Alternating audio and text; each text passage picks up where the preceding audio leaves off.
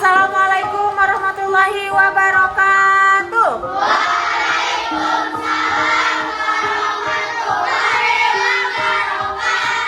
Selamat siang, apa kabarnya anak-anak yang soleh dan soleha?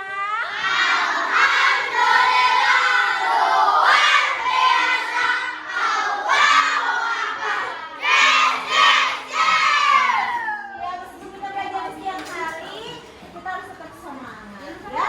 Oke, sebelum mulai pembelajaran, kita berdoa dulu seperti biasa dipimpin oleh satu orang. Silahkan. Dodok sekap. Doa dimulai.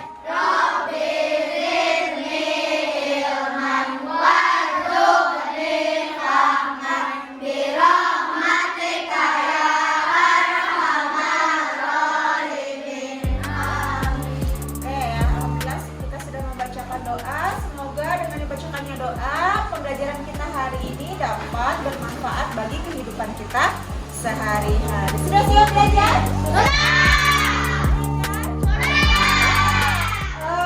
Silakan hadirkan hatinya, hadirkan jiwanya, raganya, niatkan pembelajaran hari ini agar menjadi pahala untuk kita semua, ya. Siapkan anak tulisnya. Nah, anak-anak, hari ini pembelajaran kita berbeda dengan pembelajaran seperti biasanya. Hari ini kita akan membahas apa? Coba baca di depan ada proyek penguatan profil. Apa itu proyek penguatan profil pelajar Pancasila? Ada yang tahu? Kalian selama kemarin tahun kemarin itu kan kalian ada gelar karya. Gelar karyanya kalau kemarin tentang Bhinneka Tunggal Ika atau kebinekaan global ya. Kalau nggak salah kalian itu jualan masakan Sunda ya, masakan khas Sunda. Terus kalian ke Saung Angklung Ujo, betul? Iya. Nah, tujuannya dari proyek penguatan profil pelajar Pancasila ini adalah untuk menanamkan nilai-nilai karakter pada diri kalian yang sesuai dengan Pancasila. Seperti itu. Nah, kalau setahun kemarin temanya tentang kebinekaan global, nah yang sekarang tentang gaya hidup berkelanjutan. Nah, nanti akan Ibu kaitkan apa sih korelasinya dengan pembelajaran agama ya? Yang akan Ibu tekankan pada pembelajaran kali ini adalah bagaimana kalian mampu mengelola sampah atau barang bekas menjadi karya, khususnya dalam pembelajaran PAI itu karya Islami. Nah, yang biasa kita sebut itu kan profil penguatan pelajar Pancasila. Nah, kalau misalkan dalam agama Islamnya itu biasanya disebut dengan PPRA. PPRA itu adalah profil pelajar rahmatan lil alamin. Nah, itu apa? Proyek penguatan profil pelajar Pancasila berbasis agama. Ya, ini adalah upaya untuk mengembangkan karakter siswa yang beriman dan berakhlak dengan menghubungkan pelajaran agama Islam dan praktiknya sehari-hari. Ya, jadi bagaimana kita bisa mengelola sampah? Contohnya adalah bagaimana kita bisa mengelola sampah dengan baik, ya, agar tidak mencemari lingkungan, tapi menjadi barang yang bermanfaat dan bisa kita gunakan sehari-hari. Nah, selanjutnya dimensinya yang pertama ada beriman, bertakwa dan berakhlak mulia, ya. Lalu ada kreativitas menciptakan karya Islami dari barang bekas. Lalu yang terakhir ada gotong royong, kolaborasi dalam menciptakan karya bersama. Nah, tujuan pembelajaran kita kali ini adalah yang pertama, kalian nanti di akhir mampu memahami konsep gaya hidup berkelanjutan dalam perspektif Islam. Kalian nanti mampu mengelola sampah menjadi karya yang bernilai Islami. Lalu yang terakhir adalah peserta didik mampu menciptakan produk daur ulang yang mencerminkan nilai-nilai keislaman seperti kebersihan, kerapihan, dan kepedulian lingkungan. Baik anak-anak, kita akan menyanyikan lagu Dimensi Profil Pelajar Pancasila yang bisa. Boleh ikuti teman-temannya yang ada di depan. Oke, siap? Ya.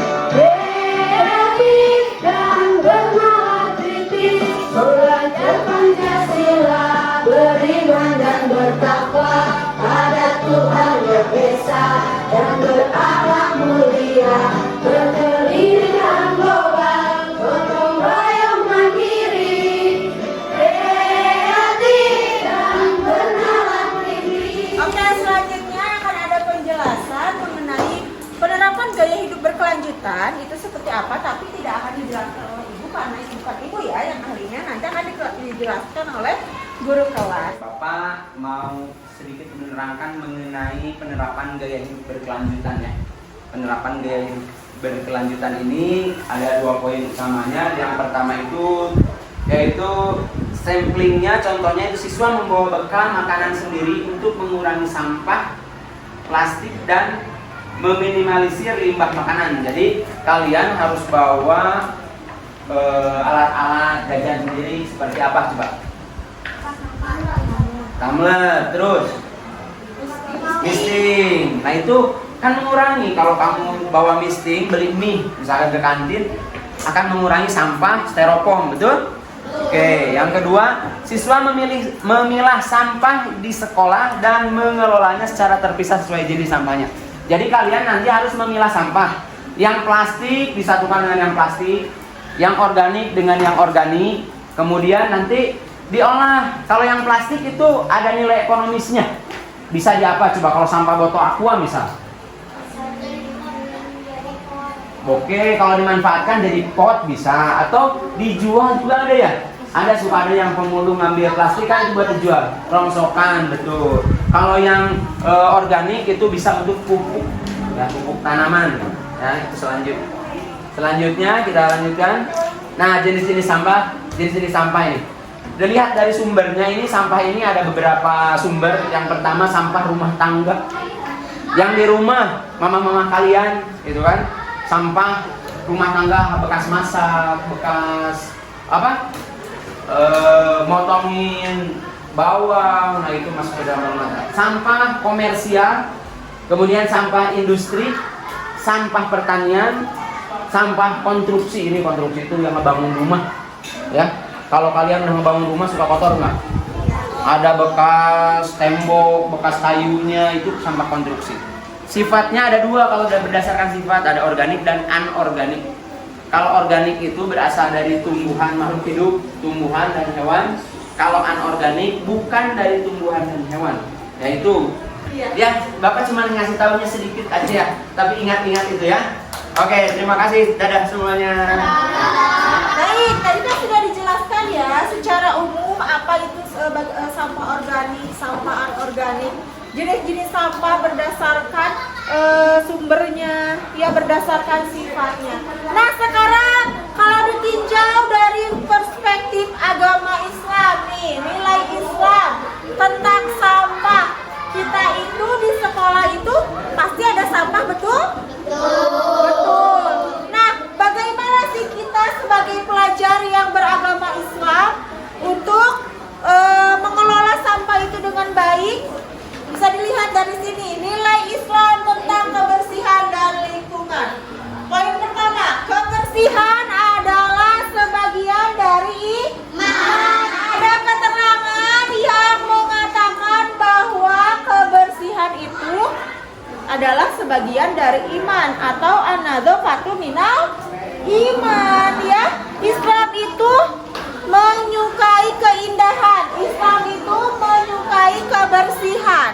Nah, pada hari ini Ibu pengen kalian bisa mengelola sampah yang ada di sekolah khususnya itu dengan tujuan itu agar lingkungan sekolah itu menjadi bersih, kurang dari sampah-sampah yang tidak berguna. Kalian pakai atau gunakan sampah-sampah yang sekiranya bisa didaur ulang itu untuk menjadi hal yang berguna, ya. Salah satunya adalah membuat karya Islami. Contoh karya Islami dari sampah: 1 kaligrafi dari kertas koran, 2 tutup botol menjadi mozaik kaligrafi, kumpulan tutup botol, ya.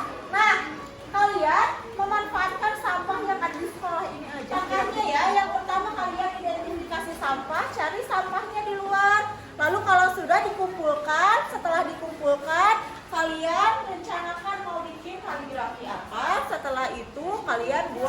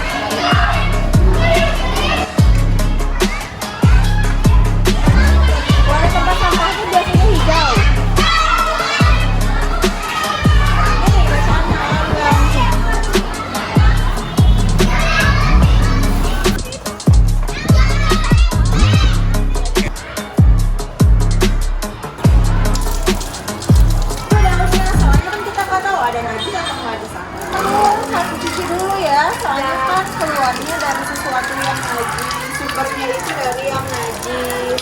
Nah, biar tidak najis. Anak-anak tadi kan kalian sudah memilih sampahnya ya, memilah sampahnya. Nah, sekarang ini ada LKPD yang harus dikerjakan ya. Kalian silahkan buat kaligrafi dari barang yang sudah kalian temukan tadi dan sudah kalian cuci ya.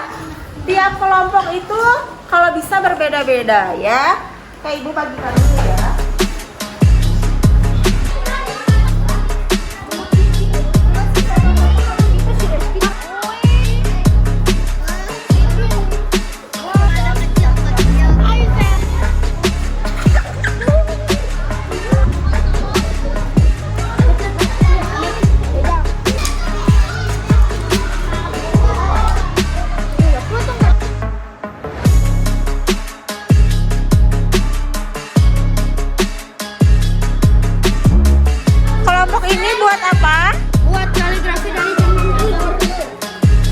Dicuci dulu kan cangkangnya? Dicuci dulu. Iya, harus dicuci ya. Ini termasuk sampah apa? Sampah anorganik. Sampah organik. Iya. Kita presentasikan hasil karya kalian ya. Silakan mulai dari yang selesai duluan, kelompok 5. Saya perwakilan dari kelompok 5 akan mempresentasikan hasil karya buatan kami. Ini adalah kaligrafi yang terbuat dari cangkang telur. Cangkang telur termasuk sampah organik. Iya, ya. Ini lafaz apa? Ini lafaz Al-Qawi yang berarti Allah Maha Kuat. Oke, good. Terima kasih kelompok 5. Beri tepuk tangan untuk kelompok 5. Kami sedang membuat lafaz Asmaul Husna Al-Bait, artinya Maha Membangkitkan. Nah, dibuatnya dari apa itu? Dari daun kering. Kali Membuat kaligrafi dari kata apa? membuat kaligrafi Dari kata apa? dari kata al-muki dari Dibuat dari apa? terbuat dari styrofoam. Asmaul Husna dari styrofoam. Dari styrofoam. Sampah anorganik. Iya, styrofoam itu termasuk ke dalam sampah anorganik. Kami membuat kaligrafi dari kulit telur. Kulit telur termasuk ke dalam sampah apa? Organik. Sampah organik. Tadi dicuci dulu kan kulit telurnya? Jadi siapa yang mau menyimpulkan pembelajaran kali ini? Oke, Dinda boleh ke depan. Kesimpulannya adalah melalui proyek ini kita dapat belajar untuk mengelola sampah dengan bijak sebagai bagian dari iman dan kepedulian terhadap lingkungan.